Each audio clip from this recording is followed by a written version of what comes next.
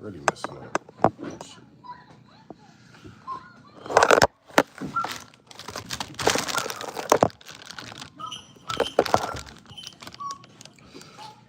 Hold on, guys. Usually, I'm just on here for a little while, like just for like maybe 8 minutes.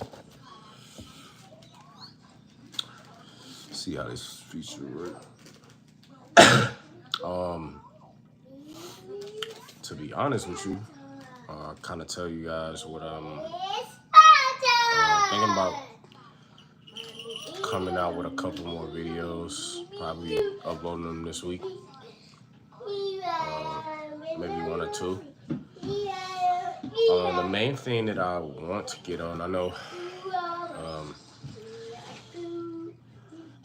Kendrick has been pretty much a big headliner this year. He's one of my, favorite rappers. For me, I think that I'm going to dive into the the talk about love and war.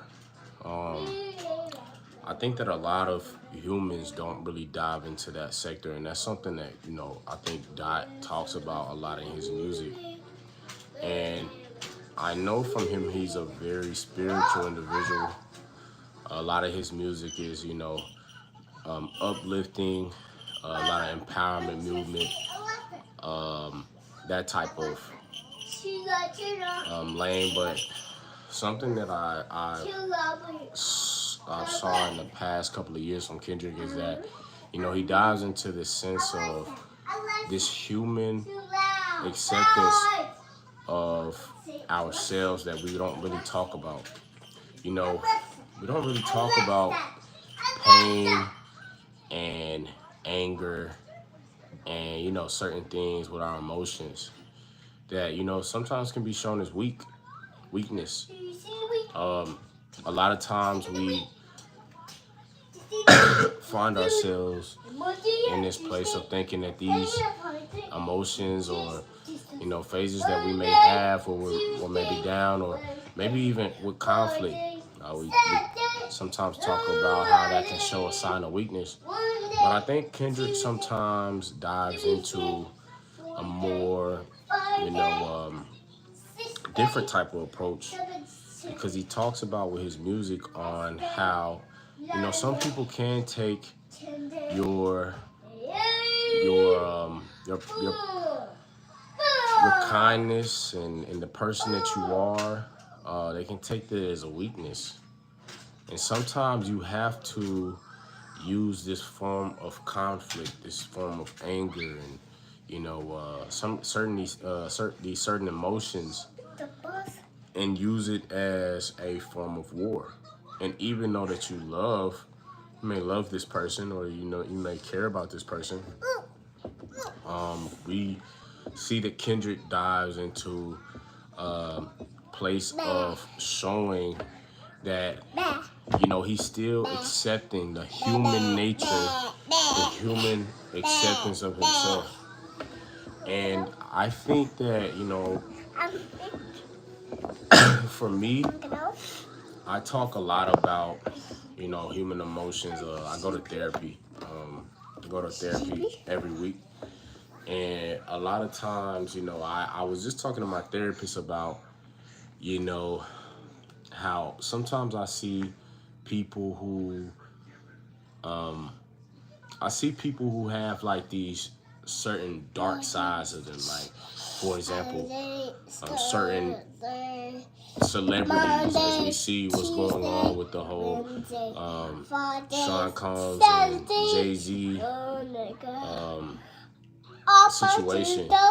We look at these big moguls and we see the money, we see the influence, we see all these things. We hear, we grew up. Some of our parents grew up in this. Some of our parents have grew up in this generation, and we really don't see the dark side, and see that dark side, this dark side, for some reason, you know, it attract this, you know, amount of fame and the amount of money and things like that. And something that I kind of dove into with my therapist was about, you know, how my dad used to always tell me about a poem. It was the, what is your deepest fear? The deepest fear poem with me was something that I steered away from as a younger teen. It frustrated me to the point where, hey, come on. It, you know, kind of frustrated me because what I got from it was, you know, our deepest fear is ourselves at the end. Sometimes we hold back our talents and everything that we hold because we don't want to make other people uncomfortable. And I think that is for, you know, hey. That is for humans who, you know, have a heart. You know, you have some people who are growing up a different way in a different sense of, you know, they care about, you know, they care about personal relationships. They care about, you know, what people think of them, of their, you know, character and things like that. And that's something that I struggled with throughout my life. I didn't want to be arrogant, or I didn't want to be an asshole or anything like that. But I knew that in the sense that I held this power, I held this, I held something inside of me where, you know, if I wanted to get to that point of, you know, being, I guess in a negative connotation, like arrogant or anything like that, that, you know, will bring out a side of me that, you know, embraces the best part. And I don't know what that is. I don't really understand why it goes that way, but that was something that me and my therapist talked about. So I think that that's something I'm gonna, you know, discuss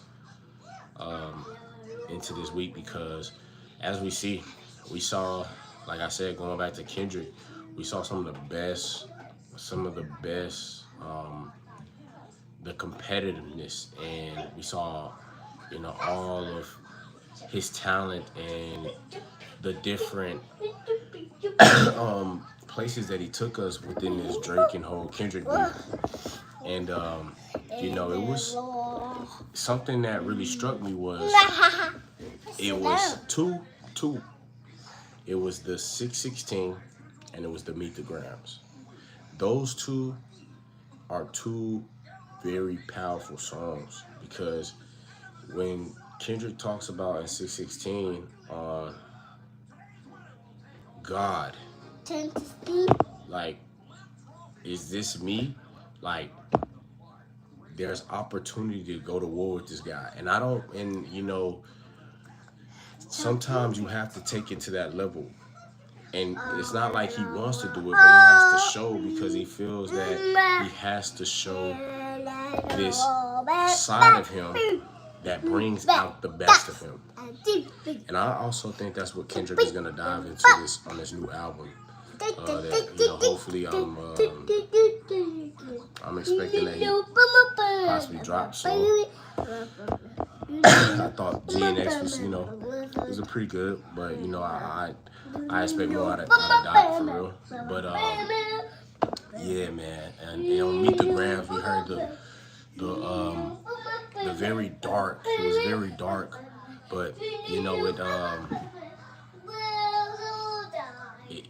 just hit a chord, man, that just made me think like, wow, man, this is some different level shit for real. So I'm not gonna dive too much into it. I just wanted to get on here for a little minute and just you know, see how this all works. I appreciate you guys, you know. I appreciate the 52 followers or the 52 subscribers that I have. I appreciate you guys so much, and I'll continue to keep, you know, giving you guys the best content that I can, you know, and enjoying the journey. So thank you guys so much, and, you know, I'll talk to you guys soon.